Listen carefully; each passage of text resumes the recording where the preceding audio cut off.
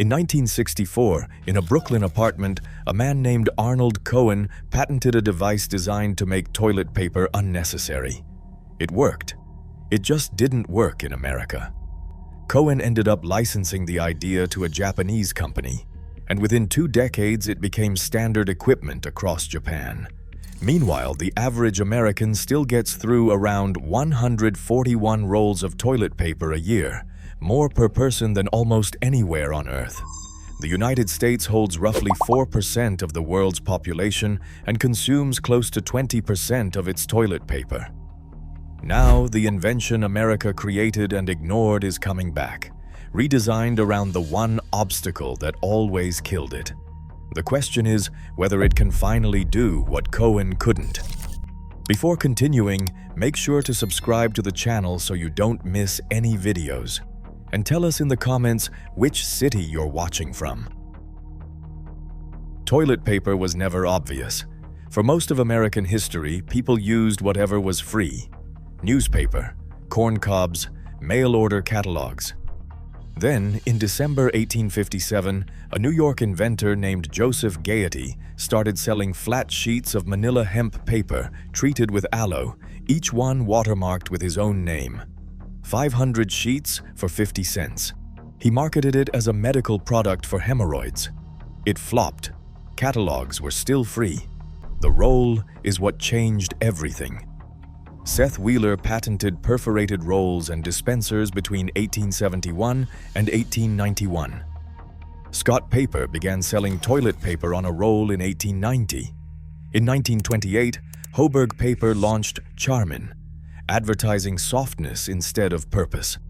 In 1935, Northern Tissue advertised tissue that was splinter-free, which tells you plenty about what came before it. From there, it disappeared into the background of American life.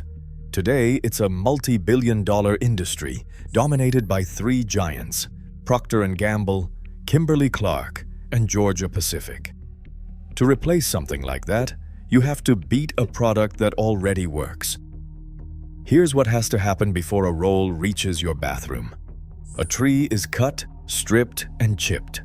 Those chips get cooked in chemicals under pressure to dissolve the lignin, gluing the wood fibers together. That's pulping. The pulp is washed, then usually bleached to reach the white you expect. It's diluted into a slurry that is more than 99% water and sprayed across a moving screen. The screen drains, rollers press. The fragile sheet is handed to an enormous heated drum. Then comes the part that matters. A blade scrapes the drying sheet off that drum, and the microscopic crumpling from that scrape is exactly what gives toilet paper its softness and stretch. After that, wind, perforate, cut, wrap. Every stage costs something. One roll takes roughly 1.5 pounds of wood, about 1.3 kilowatt-hours of electricity, and by common estimate up to 37 gallons of water across its full production life. Now multiply that by tens of billions of rolls a year in the United States. And there's a reason engineers keep trying to end this process entirely. The problem starts with the fiber. Softness demands long, virgin fibers, and the best ones grow slowly in cold northern forests. Roughly 1 million acres of Canada's boreal forest are clear-cut every year, feeding what the Natural Resources Defense Council calls the tree-to-toilet pipeline. That forest is not ordinary forest. Estimates suggest the boreal holds 30 to 40% of all land-based carbon on the planet. When it's logged, much of that carbon doesn't stay in the ground. The NRDC has been grading American tissue brands since 2019. Charmin, Angel Soft, and Kirkland have repeatedly received failing marks for relying on virgin forest fiber. Recycled content still accounts for only about 2% of the US at-home market. Then, in 2023, University of Florida researchers tested 21 toilet paper brands from 4 continents. They found PFAS, forever chemicals, in every single sample and traced the same compounds into sewage sludge. And it isn't cheap. A family of 4 can spend hundreds of dollars a year on something used for 4 seconds. Then, March 2020 exposed the final weakness. The shelves went empty. The alternative isn't new. It isn't really even a technology. It's water. The bidet appeared in France in the early 1700s. The name means little horse, after the way you straddled it. It began as furniture for aristocrats, a basin filled by hand. Indoor plumbing eventually moved it into the bathroom, and it spread across Europe, Latin America, the Middle East, and much of Asia. The American version arrived later from an unlikely direction. In 1928, John Harvey Kellogg patented a nozzle that sprayed water inside an existing toilet bowl. Almost nobody bought it. Then came Cohen. His father was suffering from a painful medical condition and struggled to clean himself. So in 1964, Cohen built the first patented toilet seat with a spray nozzle built into it and named it the American bidet.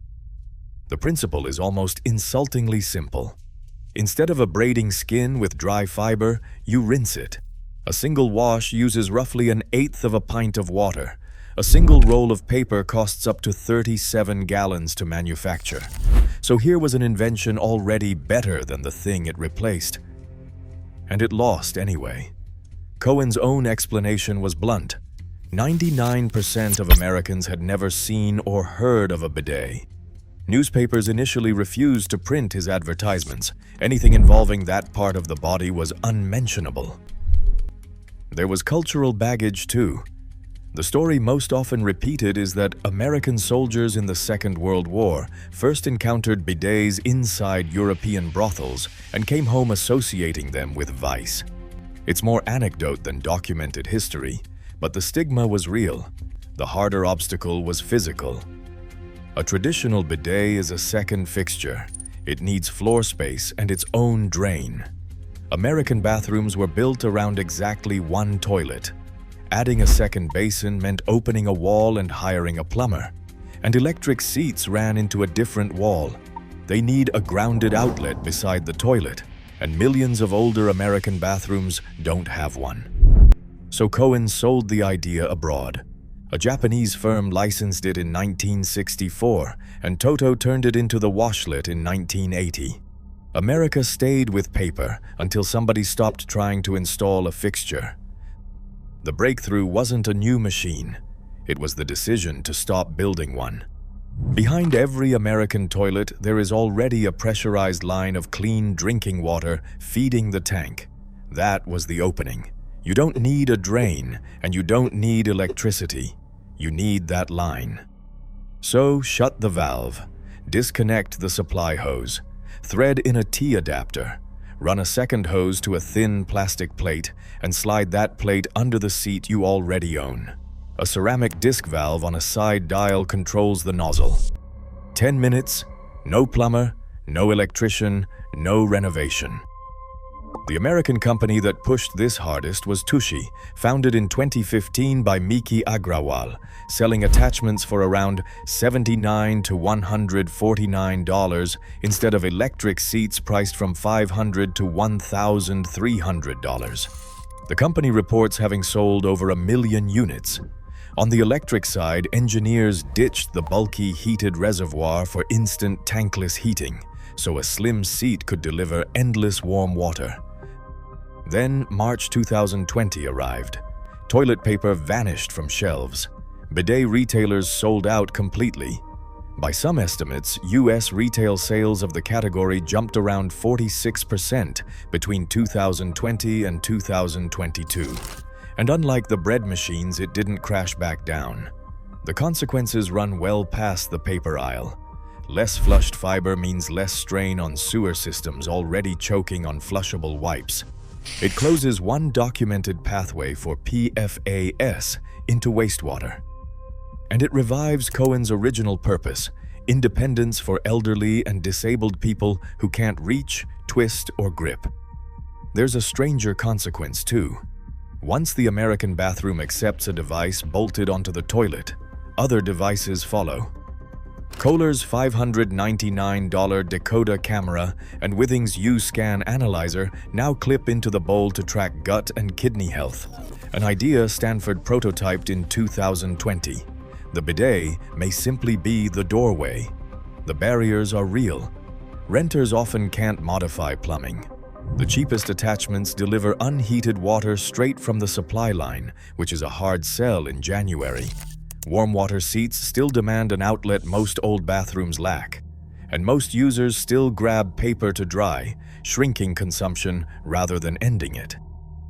60 years after a Brooklyn inventor gave the idea away, America is quietly buying it back. Whether paper disappears or just shrinks depends on bathrooms like yours. Would you switch?